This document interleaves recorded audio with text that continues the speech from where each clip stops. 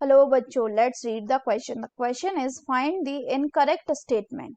पहला है physical changes involve the breaking of bond. दूसरा essential oil, antibiotic, rubber are considered as the secondary metabolite. तीसरा है starch gives blue colour with the iodine. चौथा है primary structure of protein gives the positional information of amino acid. तो अगर हम बात करें इसके की कंसेप्ट की, तो वो हो जाएगा बायोमोलिक्यूल्स. तो बायोमोलिक्यूल्स क्या होते हैं? ऑर्गेनिक कंपाउंड होते हैं. मेन बायोमोलिक्यूल्स की बात करें तो वो हो जाता है आपका proteins, carbohydrates,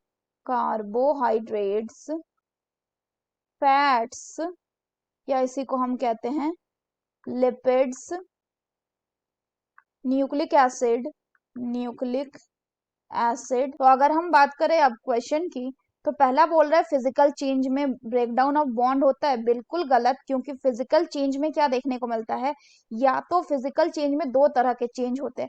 shape and size में हमें देखने को मिलेगा क्या चेंज, यानी फिजिकल अपीयरेंस में, या फिर स्टेट में चेंज देखने को मिलेगा. यानी जैसे कोई सॉलिड स्टेट में तो वो कन्वर्ट हो जाएगा लिक्विड में, और लिक्विड में है तो वो कन्वर्ट हो जाएगा वेपर स्टेट में. तो स्टेट में चेंज, सो स्टेट चेंज. नेक्स्ट बोला गया essential oil, antibiotic and rubber जो है ये सेकेंडरी मेटाबोलाइट है. ये बिल्कुल सही है.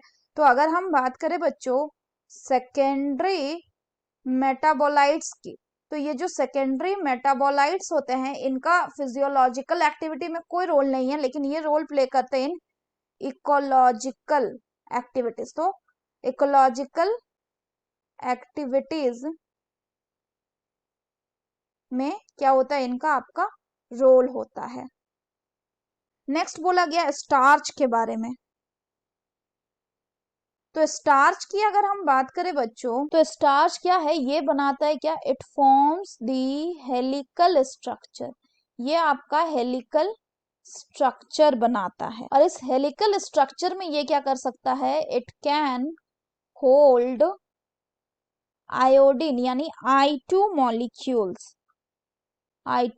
मॉलिक्यूल्स, और ये जो स्टार्च I2 सॉल्यूशन होगा वो कैसा होगा? वो आपका ब्लू इन कलर होगा, ब्लू कलर का होगा. तो अगर हम बात करें स्टार्च है क्या, तो आपका ये जो स्टार्च है बच्चों, this is a polysaccharide.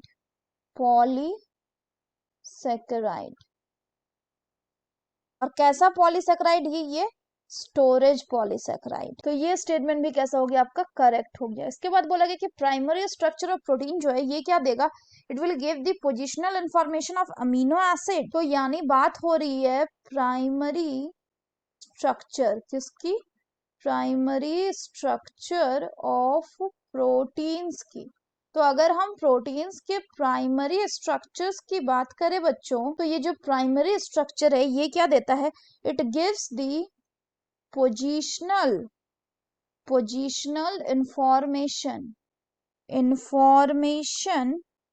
In A protein.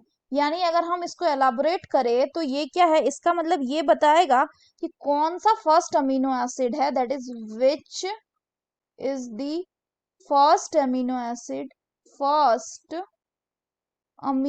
acid and which one is second, and which one, और कौन सा दूसरा है, which one is second, and so on. इसमें जो फर्स्ट अमीनो एसिड होगा उसको हम क्या कहेंगे? So the first amino acid will be called as the N-terminal amino acid. N-terminal amino acid. और जो लास्ट अमीनो एसिड होगा, लास्ट अमीनो एसिड, उसको क्या कहा जाएगा? It will be called as the C-terminal amino acid. C-terminal amino acid. तो ये भी कैसा हो गया? करेक्ट हो गया. तो हमें क्या बताना? हमें इनकरेक्ट स्टेटमेंट बताना है. तो incorrect statement will be statement 1, that is physical changes involve the breakdown of bond. Breakdown of bond किस में होता है? ब्रेकडाउन ऑफ बॉन्ड होता है आपका इन केमिकल चेंज, ना कि physical change. So that's all for the question बच्चों. Hope you understood it well. Best of luck.